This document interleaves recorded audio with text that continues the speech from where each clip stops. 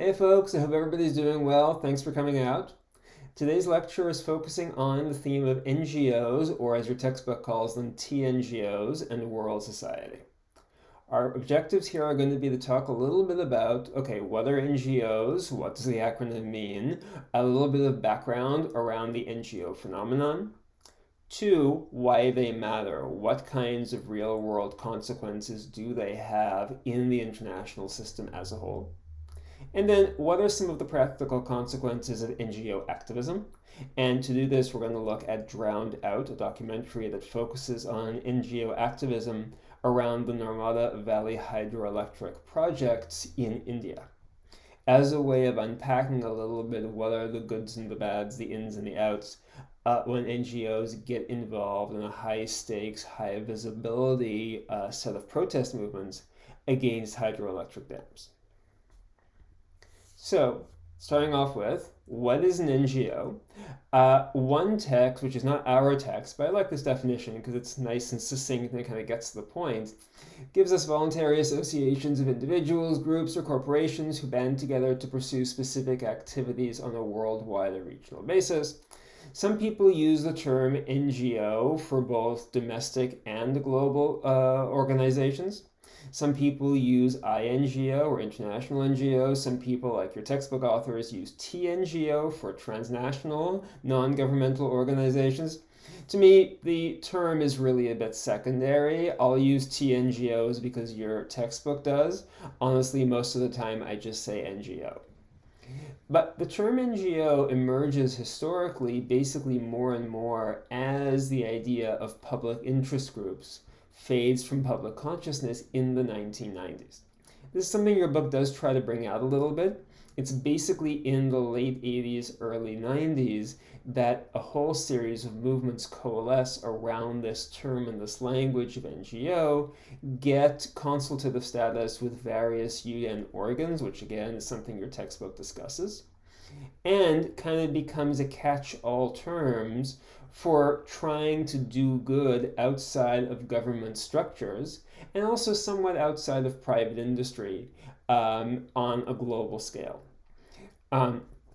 So this is just a little bit of background to sort of let you see how this has changed to the point where these days, of course, from the 1990s onwards, people talk about NGOs as basically the most obvious unit of global civil society organization. Where do NGOs come from? NGOs are not really new.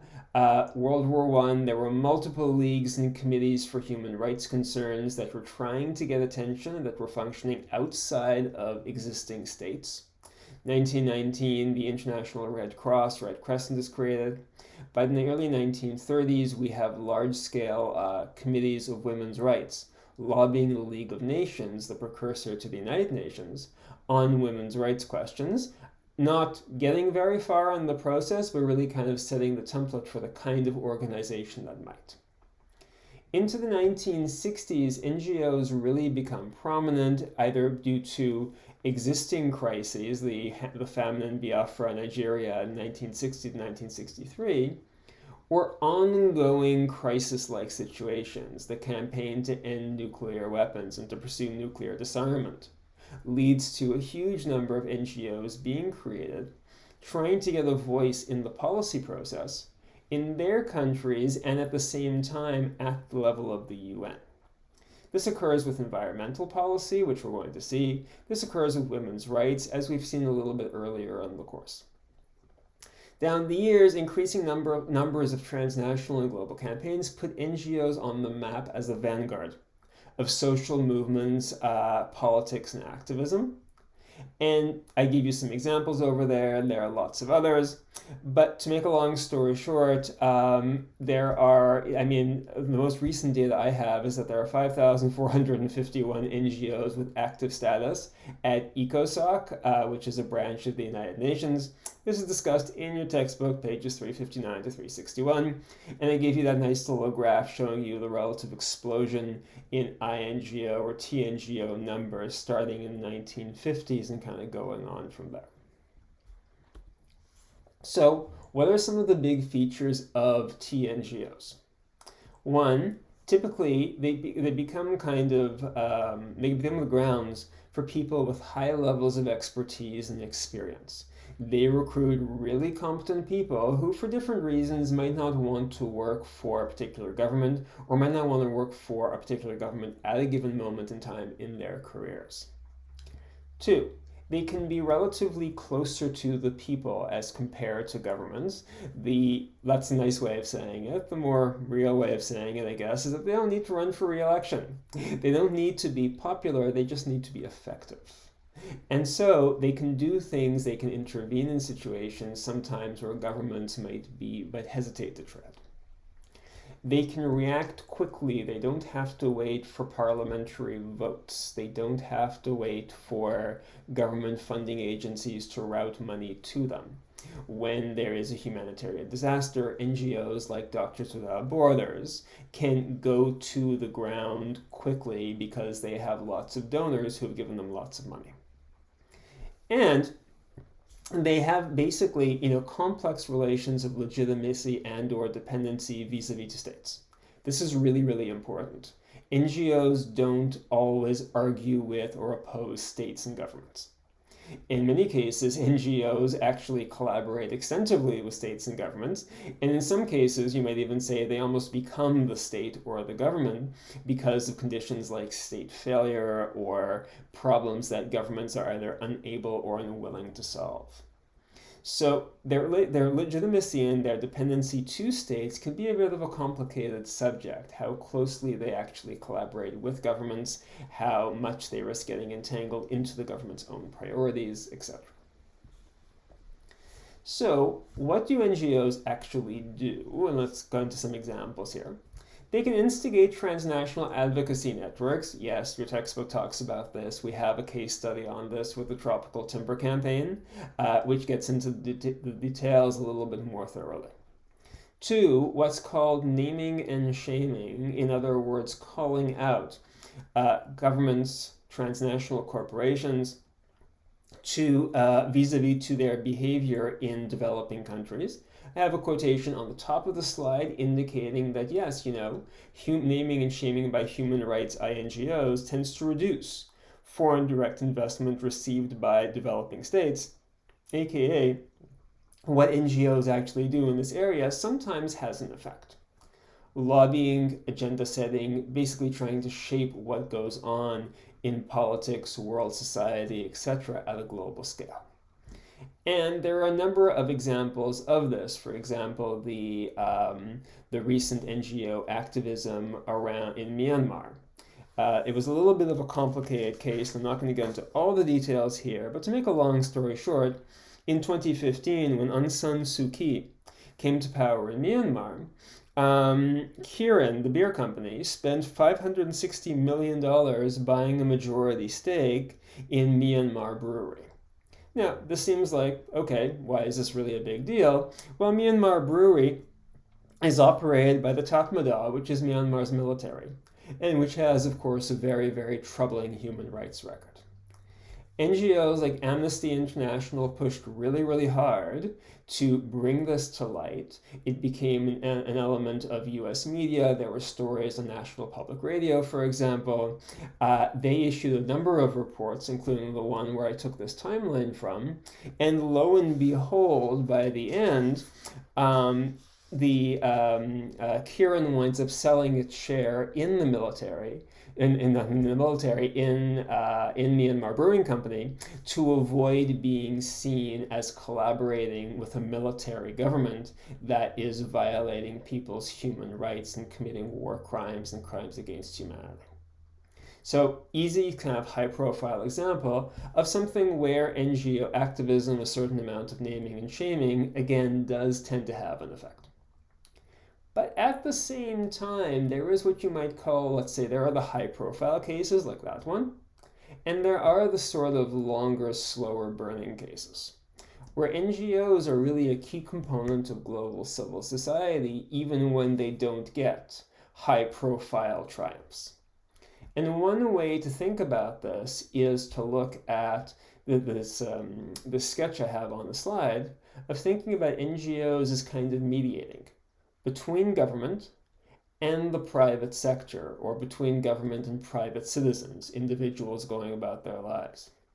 They don't replace the functions of government, at least not usually, and they're not a stand-in for what individual voters want. That's what elections are for, ideally, right? But they're trying to basically create a space to encourage, shape, nurture consciousness around a series of high-profile issues. The landmines campaign in the 1990s, the boycotts of South Africa in the 1960s to the 1980s when South Africa was an apartheid regime, and larger scale, slow burning issues like climate change, like democratization, which, as we all know, no one government, no one corporation has enough of a stake in to just step up and do things about. No one owns the problem.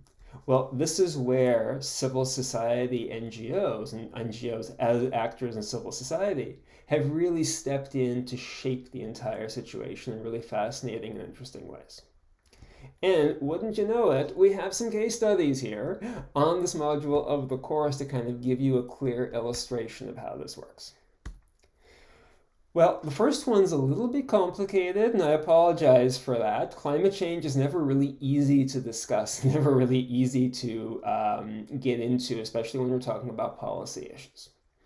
But to make a long story short, climate change has provided us with a kind of natural laboratory for understanding a set of questions regarding what influence NGOs have on state and state behavior, how they work out questions for themselves around their influence and around their role. And I give you some notes on the slide here to kind of work your way through the issues. Long story short, NGOs don't always agree.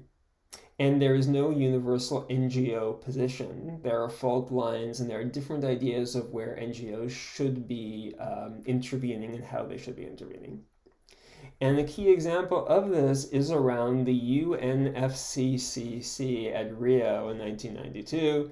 UNFCCC stands for the UN Framework Convention on Climate Change. And it was the basis for a subsequent series of meetings, typically held every year, called the COP meetings, or the Conferences of the Parties. Kyoto 1997, Bali 2009, Copenhagen, Copenhagen, I believe, was a little bit farther along that. Sorry for the mistake on the slide. And Paris 2015. The Paris Agreement, of course, being probably the one that people know the most about now. It was a conference of the parties that was part of this UNFCCC structure. What is the significance of this? A, involvements of NGOs are crucial. Even by as early as 1992, you have thousands of NGOs involved in the UNFCCC process. But there are some common denominators, but there are also some really interesting conflicts. And I marked out 3 of them from the case study that we have by an author whose name I'm sure I'm going to pronounce poorly because I do not speak German. Burden sharing between the global north and the global south. The US position in many of the early meetings on climate change was that developing and developed countries should work on the same schedule to reduce emissions, aka as the US reduced emissions, so should other less developed countries. NGOs then became kind of unwitting allies of southern states or poorer countries, including some not so democratic ones, in arguing that no, poor countries should be exempt from the first round of emissions cuts. 2, the use of market mechanisms, or basically selling pollution. This is a long, complicated debate, but to make a long story short, the early Conference of the Party meetings basically created mechanisms for companies and governments to be able to sell pollution as a way of trying to reduce it. And there's this complicated debate around that, like, if you make people pay some more money for the carbon cost of their flight, are you really doing anything? Are you just kind of kicking the can down the road? And the case study gets into this a little bit. And My apologies. Local versus international issues. Many smaller NGOs have an awkward relationship to official UN forums, and this is where you get this kind of complicated relationship where smaller NGOs will accuse the bigger, more visible ones of being co-opted, of basically not wanting to push for the kind of change they think is needed, and so forth. And the case study kind of gives us a quick conclusion to this effect that, there is no single NGO position. Who is supposed to make such central decisions without a center? So does this compromise and does this make NGOs ineffective in the context of climate change policies at the global level? It's a complicated question, but I think the case study does a nice job of working our way through the issues. Secondly, is the issue of hydroelectric dams. Hydroelectric dams, once upon a time, were seen as the kind of the savior of economic development throughout the developing and even the developed world. Relatively speaking, low carbon, renewable, sustainable tools for developing electricity, providing drinking water to put to people in places around the world, and so forth. And I gave you a few quotations over there regarding the incredible growth of hydroelectric dams across the world. By the 1970s and 1980s, though, there are a number of controversies regarding hydroelectric dam construction. And I gave you again some examples over here. India and the Sardar Sarovar hydroelectric complex is probably the best well-known of these. And in lots of ways, it's the most visible one. There is a documentary on it called Drowned Out, which we're going to watch in this module. 200,000 people 200,000 people downstream were directly affected by the construction of the dam. Over 1 million people more broadly were project affected. And the regions that were named as the beneficiaries by the Narmada Valley Dam Project, the NVDP, in reality were not benefiting nearly as widely as was promised when the projects were undertaken. When the projects were undertaken, it was promised that basically people in some of the most drought-exposed regions of India would be getting water. Lo and behold, that didn't really work out that way. And so this leads to a really interesting and complex conflict where the World Bank, which had initially put money forward for the dam's construction, decides eventually to withdraw it, and the Indian government has to try to scrounge a way forward by partnering with private companies, by asking for money from Indians living abroad. And really, this whole case study becomes kind of a fascinating laboratory for looking at how hydroelectric dams specifically, and more broadly how NGO activism really shapes the nature of the debate around sustainability, environment, water, and power, and so forth. Long story short, the human and ecological costs of the Narmada Valley dams are still going on, are still being assessed, and are still being dealt with even to this day. I hope this clarifies for everybody a little some of the issues involved in NGO activism, in NGO work at a global scale. As always, I look forward to reading your assignments and hearing from you for questions.